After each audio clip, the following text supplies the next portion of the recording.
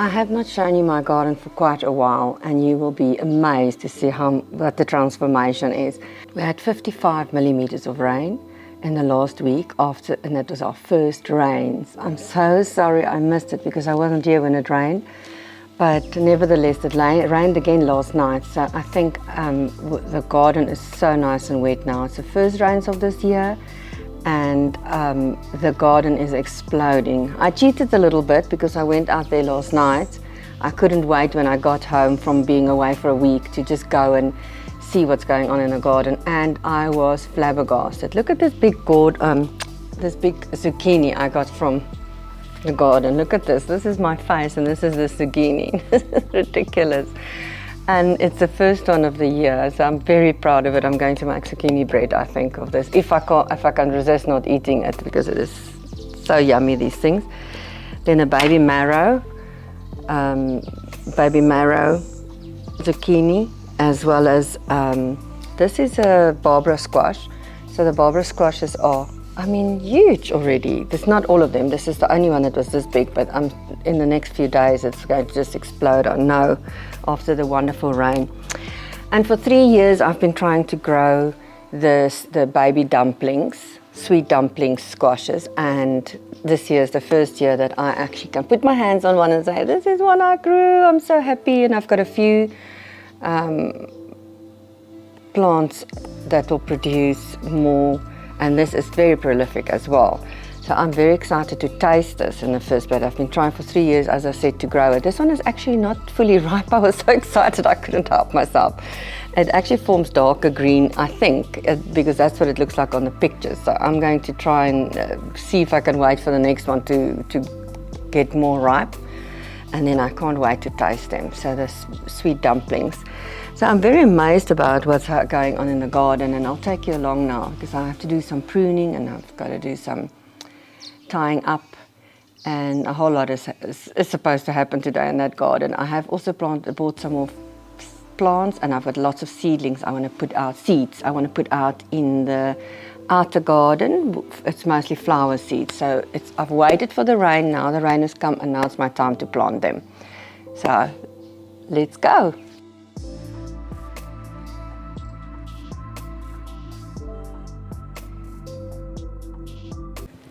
So this is the ornamental garden.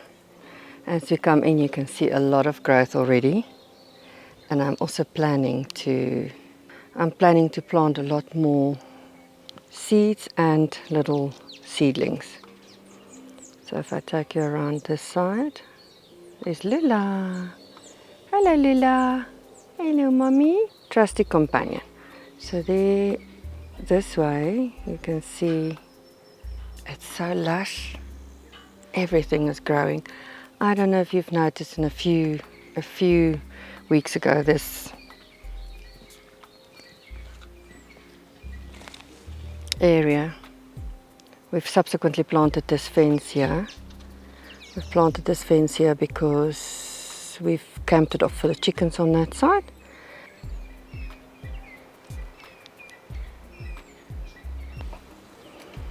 Just look at that, look at that, look how gorgeous it is. I am so happy with the rain, causing my plants to just explode. So that's the garden looking that way. And if I go close up, you'll see the petunias continue to grow. And they actually look a bit worse for wear now that there's been so much rain. It's quite interesting. Look how wilted they look. I mean, I'm surprised because they were flourishing during the hot time. Although I had given them water every now and then, they were quite happy with a little bit of water, not so much as it seems the rain has been giving them. Look at that. They could look quite wilted. I'm quite surprised. But anyway, we'll see how they go. I think it's just a lot of water after no water, so the plants have to adjust. But I'm very, very happy. What I also have not shown you guys is look at these amazing sunflowers. How cool is that? I'm going to go around because they look at the sun, and the sun is that way.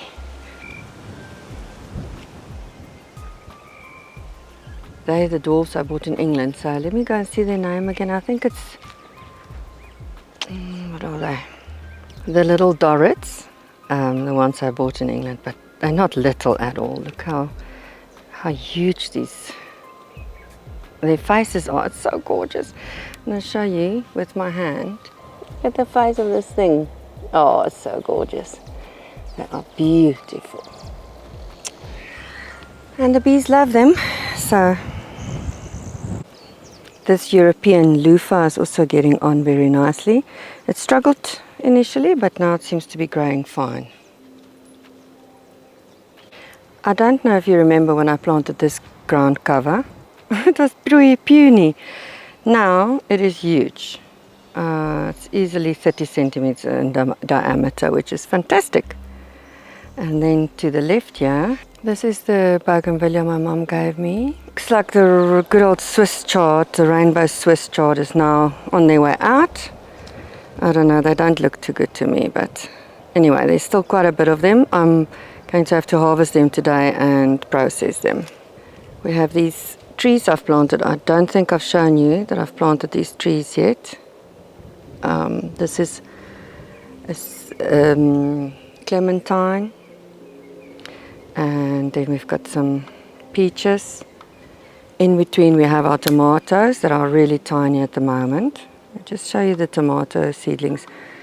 I planted them indoors and now I've planted them out a week ago, and they look okay. Looks like they're going to make it.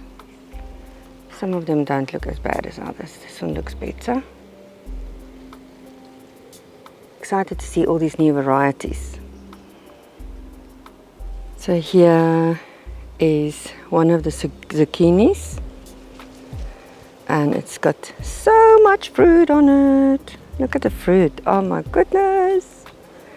And they are gorgeous, and they can literally be harvested in the next day or so. What I did find though is quite a bit of blossom end rot on some of my plants. The gourds, I don't know why though. I don't know. I must go and try and research that. Over here is another gorgeous zucchini. Look at that. Let me try and show you compared to my hand or something. See, there's the end of it and there's my hand. It's crazy. And there's some more at the bottom. Oh man, they are beautiful. I'm so happy with the growth. Over here, some more tomatoes to the left. That's a yellow pear tomato. It's a cherry tomato. My mum gave me these seedlings, which are now growing nicely. So you see, they need pruning. All of them are a bit rough here, so just so that they can get up and going, then it's fun. And I need to tie them to the fences as well. Oh, something else I want to show you is, look at the millies. Ah, all my millies. They are amazing the way they grow. And then we have the onions. I'm also very proud of my onions. If you look at this one particularly, look how nice they're starting to form little onion balls. And another very big pleasure for me is this awesome colors of the chickpeas, the sweet peas. They are so gorgeous. Look at them and the colors. Look at these pinks. And then you have a purple, lilac purple like that. Oh man, and then you get a nice different pink. Oh, I love them. I'm so glad I planted them and didn't pull them all out, because I almost did pull them all out. Some more onions going crazy. My guava tree up there. How cool. There's my hand. It's fitting nicely in my hand. Nice little watermelon. These ones don't get much bigger. They are for like 1 or 2 people only at a time, which is why I planted them. Some more here, because then Peter and I can enjoy one at a time and we don't have to waste. So my mum harvested the first beans since we got back, and we've harvested about that much before as well, and it is amazing. We're going to freeze them and eat our own beans next time. So this is a patty pan. Look how big this plant is. It's huge. But it's got baby patty pans. Look at that. Look at that. Baby patty pans. And you know, they double the size compared to yesterday afternoon when we were here. It's like 12 hours later and it is huge in comparison. So the beetroot, I've basically harvested most of it. There's only a few bits left, which is fine. They're getting nice and big, as you can see on that one. I'm going to get them all get big enough and then harvest them. The others have already been processed, and I'm happy with my harvest of beetroot. I've bought more seeds as well, which I think I'll plant ASAP. Then the beans are going mad, as you saw the harvest that my mom just showed you. And then we have an okra that's growing, 2 okras here, and they're growing nicely. I'm excited to eat okra for the first time this summer. Over here we have the lovely, lovely little baby dumplings, sweet baby dumplings. That's another one on the plant still, but it's very prolific. Look at this. There's some more there. There. If I take these leaves away, you can see loads of them. Loads and loads and loads. And then, as I said earlier, the blossom end rot situation. Look at this one. I don't know why they're all getting that. Every single type of squash I've got has this blossom end rot in some of the fruits. Lula, don't walk over that, my darling. Okay, so on this side I can show you more blossom end rots. 2 looks like. Take them off quick, and then I think that was also not going to make it, but we'll take a chance and see. And then, but over here the fruits are stunning. Look at that big huge one there. Next to it we have the spaghetti squash. Look at the little squashes. There's some bigger ones I'll show you now. I just want to get Lula off this plant. Look how gorgeous she looks here with the plants over her. Hello, are you hiding under the plants? We want to be close to mommy.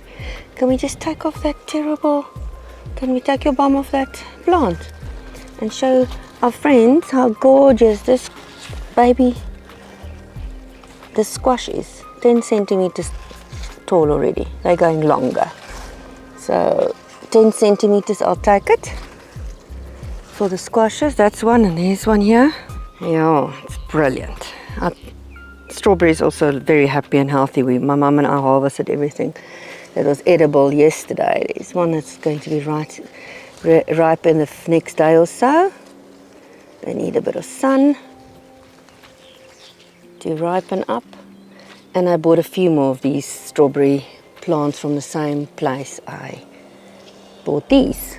I bought some more yesterday because we love strawberries and we have more space for them.